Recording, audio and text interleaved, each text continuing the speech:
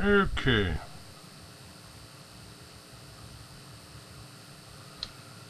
Yeah, Gary, they think I'm a porno site. Got no porno on it. I've got Zionism and I've got Israel and I've got Jews on it, so I'm blocked in all the public libraries and Intel and Intuit. Yeah, that's right. Libraries, I'm blocked in every libraries. Now, let me see here. I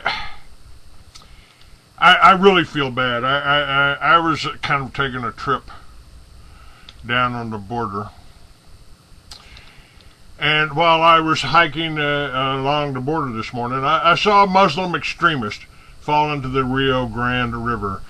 He was struggling to stay afloat because of all the guns and bombs he was carrying. And along with him was a Mexican who was also struggling to stay afloat because the large backpack of drugs that he had strapped on his back was dragging him down. If they didn't get help, they'd surely drown. Being a responsible Texan in exile and abiding by the law to help those in distress, I informed the county sheriff's office and Homeland Security. It's now 4 p.m. Both have drowned, and neither of the authorities has responded. I'm starting to think I wasted 2 stamps.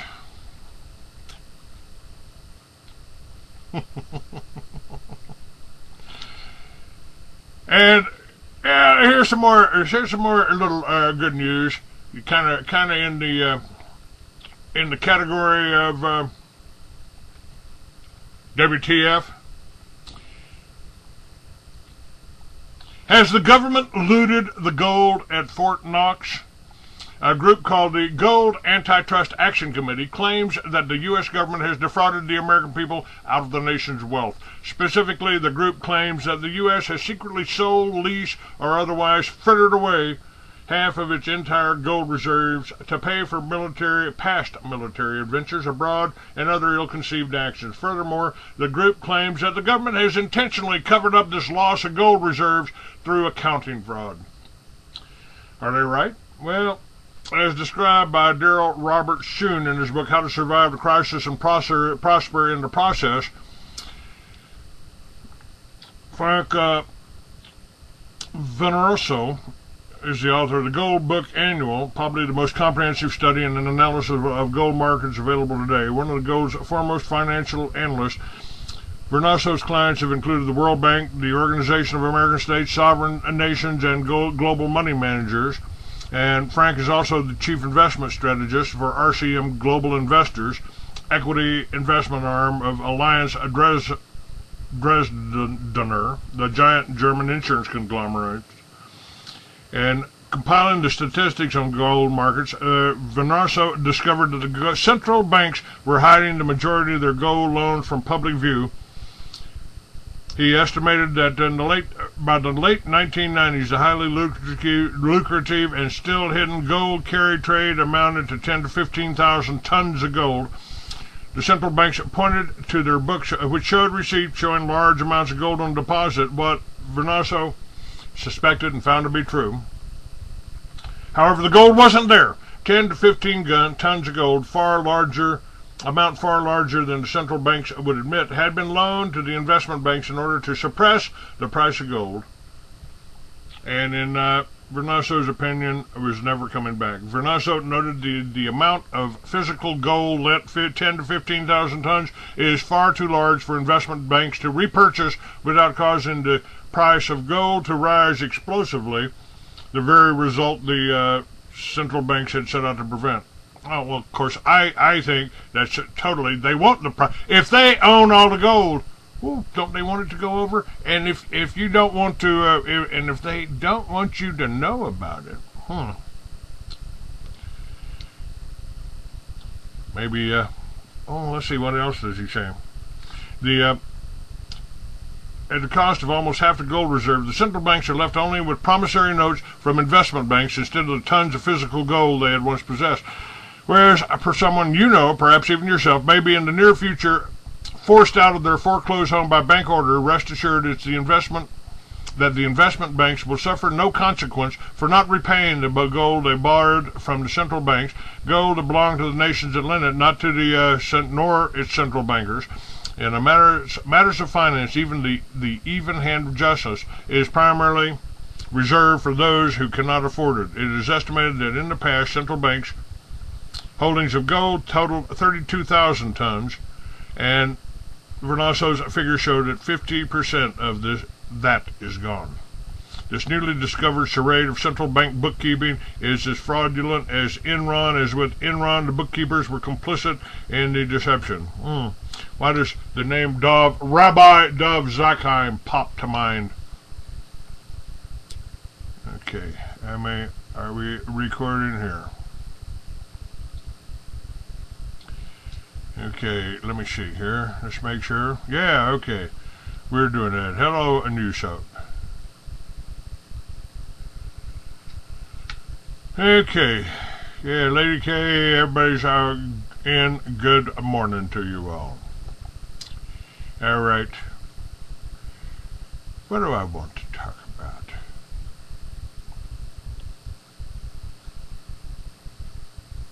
How about this?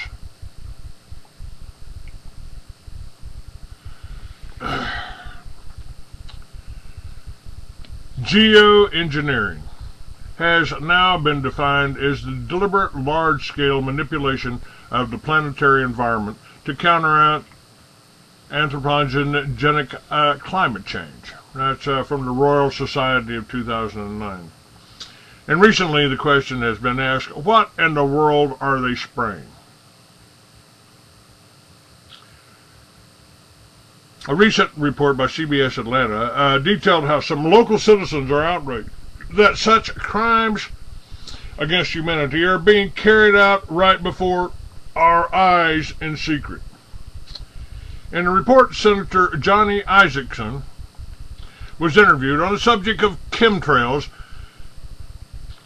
and he said, quote, "That is a theory that some people have, but there is no evidence that this is happening. This is not happening." Yeah, that's right. You're just seeing things. You're just imagining those chemtrails up there. It looks as if members of the government's upper echelon and even members of the Senate will go to extreme lengths to suppress this vital information from reaching the American people. Not to mention, they signed off on a multi-billion-dollar per year budgets in an economic crisis with little no transparency to the public. In regards to aerosol spraying into the Earth's atmosphere, a recent update to data assembled by the Carnicom Institute, who, by the way, Clifford Carnicom appears on my film Chemtrails, which I made over 10 years ago, still accurate. It reveals the chemicals used and their respective levels of concentration. The toxic levels that are being used in these aerosols goes beyond shocking. It would appear that these levels are indeed criminal by the EPA standards. Now, I've told you that the snow on top of Mount Rainier, the snow on top of Mount Shasta is toxic. A preliminary draft by Arizona Skywatch shows dramatic increases in heavy metals that simply do not belong in our air. The level of manganese is so shockingly high. The Arizona Skywatch also included additional information. And here's some figures. I'm going to give you some figures here, folks. These figures indicate how many times these are over the allowable toxic limit. Aluminum is 15.8 times over the toxic limit. Antimony, 63.3%. And arsenic, 418 times the allowable limit. Barium 5.3, cadmium 6.0, chromium 6.4, copper 9.0, iron 43.5, lead 15.7, manganese 513.8, 8.8, nickel 10.7, zinc 7.5. And interestingly enough, Monsanto, the ninth plank, the poster child for the ninth plank of the Communist Manifesto, has just released an aluminum-resistant seed which is genetically modified to tolerate aluminum in high levels in the soil. Is that a coincidence, or do they know something? Control oil and you control nations. Control food and you control the people, said Henry Kissinger.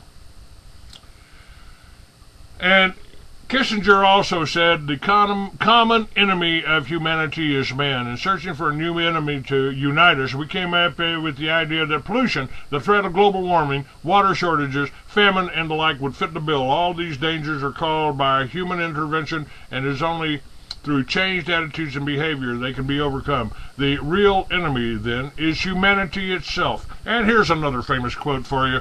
When people fear their government, there's tyranny. When government fears the people, there's liberty. Wherever the people are well informed, they can be trusted with their own government. It's Thomas Jefferson.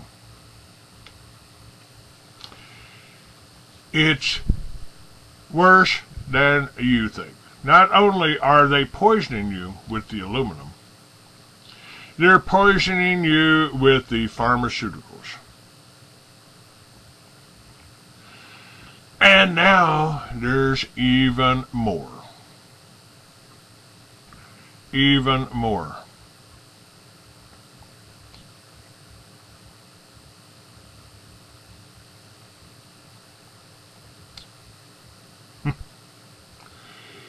They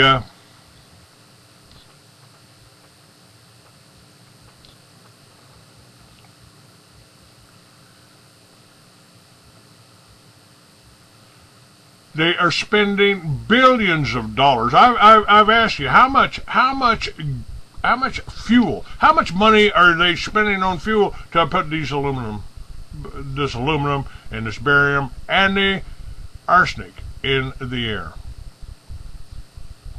How much? And the answer is, folks, they're spending a lot of your money. They've stolen your gold. And let's talk about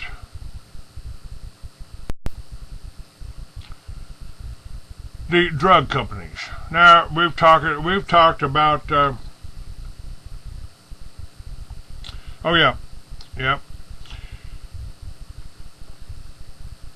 they've been spraying this for over 40 years, and they are also lying to you about the amount of radiation. A third of Japan has become uninhabitable. The nuclear industry is killing Americans. The pharmaceutical industry is killing Americans. Well, they're actually killing people all over the world. All over the world.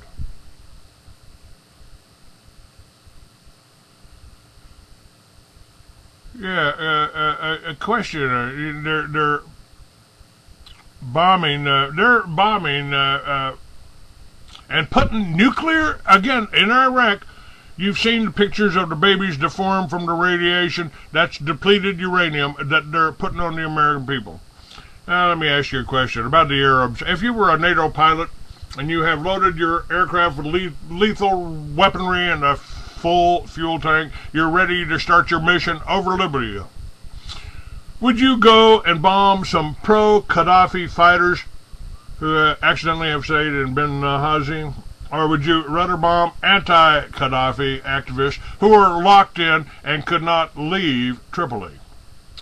Regardless of what you shall do, how can you tell who's who?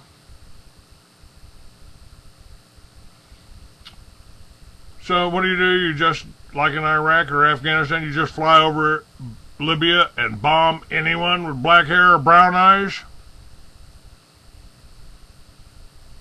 Yeah. And they don't care. That's actually the whole thing, folks. They don't care who they bomb. just as long as they can spend some money on bombs, spend some buy that fuel, buy that oil, use that gasoline to fly around all over the world. And these neutron explosions in Fukushima, they're coming across here. It's coming across here now. It's all about money. Now, let me give you. First of all, I'll do this. First of all, let me do this. Let me bring up a drug dealer here.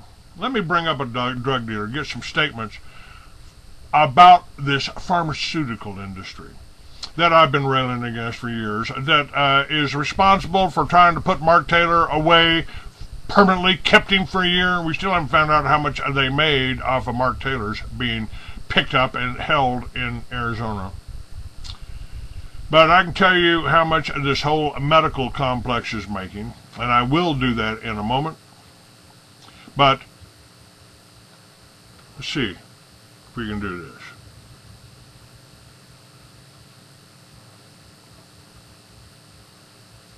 My name is Gwen Olson, and I am the author of Confessions of an RX Drug Pusher. I'm a 15-year veteran of the pharmaceutical industry, and I left in the year 2000.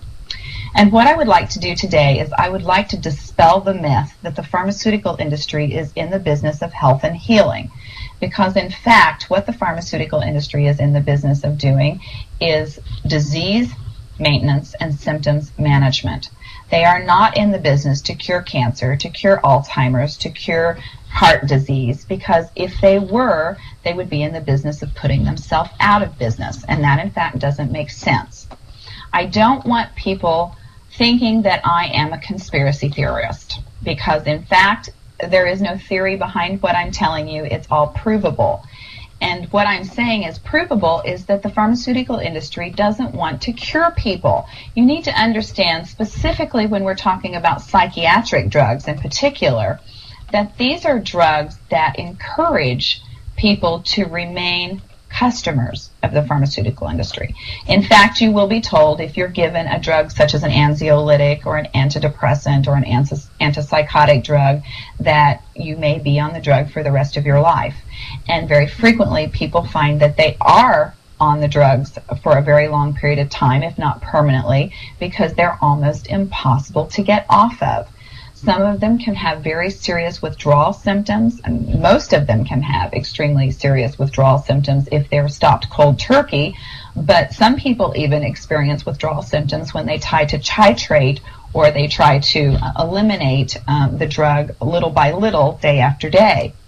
So it's really important to understand the motivation behind all of the current maintenance drugs that are on the market, even, for example, drugs such as cholesterol-lowering drugs. And what we are in fact finding now is that cholesterol drugs are lowering cholesterol excessively and causing other disease states as a consequence. So you need to be careful about trying to take drugs in order to remain healthy, because you're never going to have anyone come to you and tell you that the drugs are always tried against a placebo in clinical trials. What a placebo is a sugar pill. And in fact, many drugs are not found to be much more efficacious than the sugar pill. And in a case in point actually is the recent clinical trials that were released in the meta-analysis that came out of the UK on antidepressants, on the newer SSRI, selective serotonin reuptake inhibitor antidepressants. And what was found was the information that activists and other researchers have known for decades, was that antidepressants are no more effective than placebo, no more effective than sugar pills. But yet there are over 44 million people that have been taking these antidepressants, and a large number of them people that have mild to moderate depressive episodes. In fact, they proved that the antidepressants were not effective in anyone with the exception of some of the most severely depressed patients. And I can tell you from personal experience that there are a number of things that depressed patients can do to improve their mental status aside from drugs that are quite effective and in fact more effective than placebo. Another recent study that was released showed that exercise was in fact more effective than either placebo or the antidepressant drug that they were compared to. But just like Bill Maher said in his show, you know, we're never going to hear any ads on television that are sponsored by anybody saying, you know, the New England Journal just announced that exercise is twice as effective as antidepressants in curing depression. Ask your doctor if getting your butt off the couch is right for you. You know, you're never going to get that kind of good information, fair, balanced information, as long as pharma is funding the major TV stations, the advertising that supports those television stations, the major journals, and all of the advertising that supports the major journals. You just have to be commonsensical people and understand that the pharmaceutical industry makes 5 to 6 times the amount of money as any of the other Fortune 500 companies in the United States of America. They are not going to easily or readily give up that income. And we are, in fact, considered a human commodity. Our loved ones, our children, our elderly are considered cash cows that are preyed upon by pharmaceutical reps such as myself, who are encouraged to go in and build market shares without thinking about the consequences to patients, without knowing the misinformation that they are distributing, without being aware that the clinical data has been contrived, or that the patient populations have been cherry-picked, or that the side effects have been minimized and reported in such a manner that it doesn't present the information correctly. I spent 15 years in this industry. I was one of the best, but I'm here to tell you that the industry has run amok, that we are at a severe crossroads in this nation, and that we have got to take our power back, and we have got to start making the pharmaceutical industry accountable for their actions and for the defective products that they're putting on the market. It won't be long before every American is affected by this disaster, and we need to be aware of what the differences are between diseases, between disorders, and between syndromes. Because if it doesn't have to be scientifically proven, if there are no tests, if there are no blood tests, CAT scans, urine tests, MRIs, if there is nothing to document that you have a disease, then you in fact do not have a disease, you have a disorder, and it has been given and has been diagnosed pretentiously, and you need to get yourself educated and understand that there are options, and those options are much more effective than drugs. You need to look into the nutritional aspects of your diet and your lifestyle aspects. Are you exercising? Are you taking care of yourself in the ways that you need to be proactive about your health? Because once you start down the road of taking one prescription drug on top of the other, you will be a lifelong customer for the pharmaceutical industry, and your choices will be truncated. So I would like to ask you to please self-educate, be proactive, and share the information with others. The next victim could be someone that you love. Thank you. All right.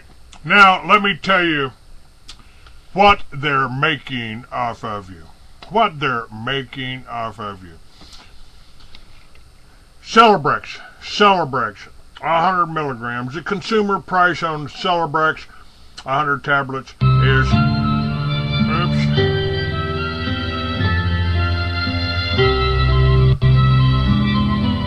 okay. Celebrex. Consumer price for 100 tablets is $130.27. The cost of the general active ingredients is 60 cents. The markup is 21,712%.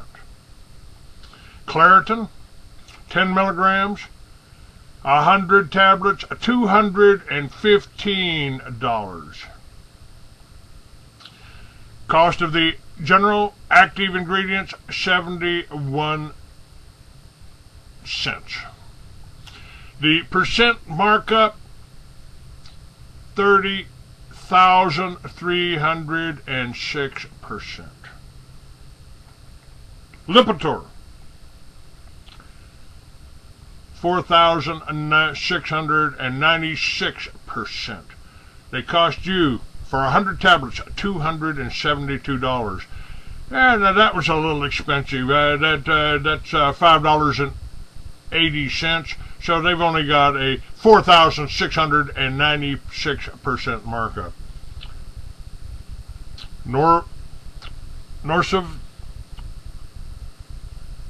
Norvasec, 100 tablets, $188. Cost of general active ingredients, 14% markup. I'm sorry, 14 cents. The percent markup, 134,493%. This is why they can afford to give the doctors a kickback. This is why so many people die in the hospitals.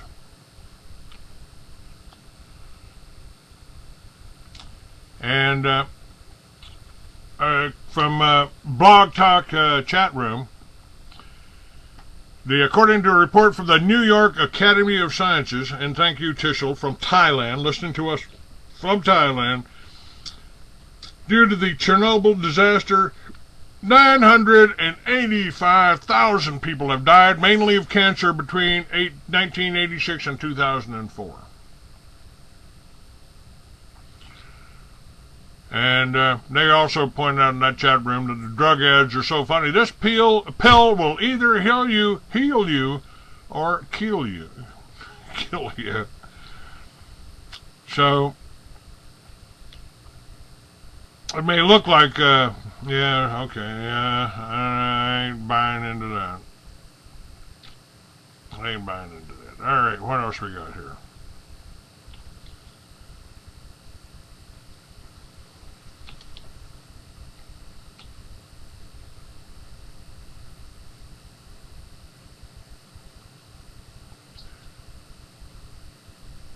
Okay, my voice reminds you of some great wise man who used to live in Iraq. Alright, sure.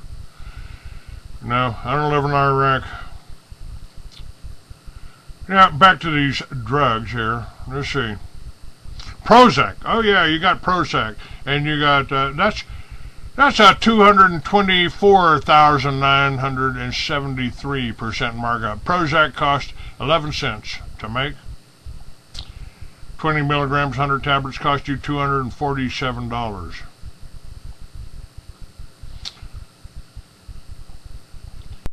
The prices are obscene.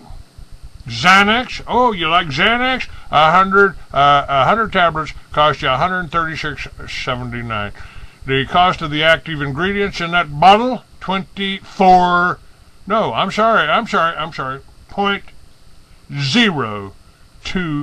To 2.024. The percent markup, 569,958%. And you wonder what's wrong with America? What they are doing, folks, is trying to kill you. They are simply trying to kill you. And well, it ain't enough, man. You got to go back and we got to kill your kids too. We got to kill your kids too.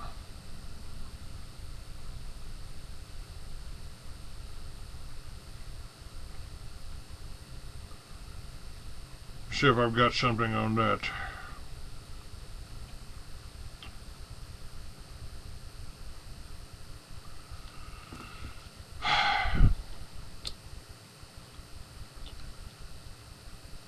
Okay.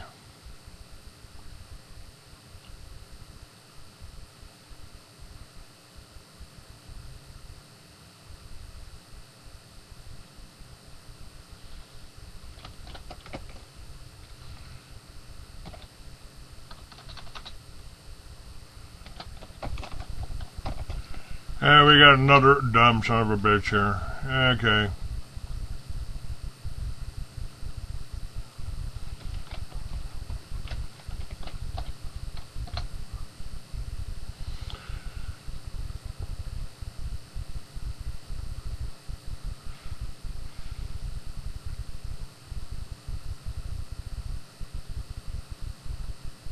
No, my book is not marked up in excess. And folks, I would suggest, if you like to read, pick up, buy some of my books. That helps support me. That helps.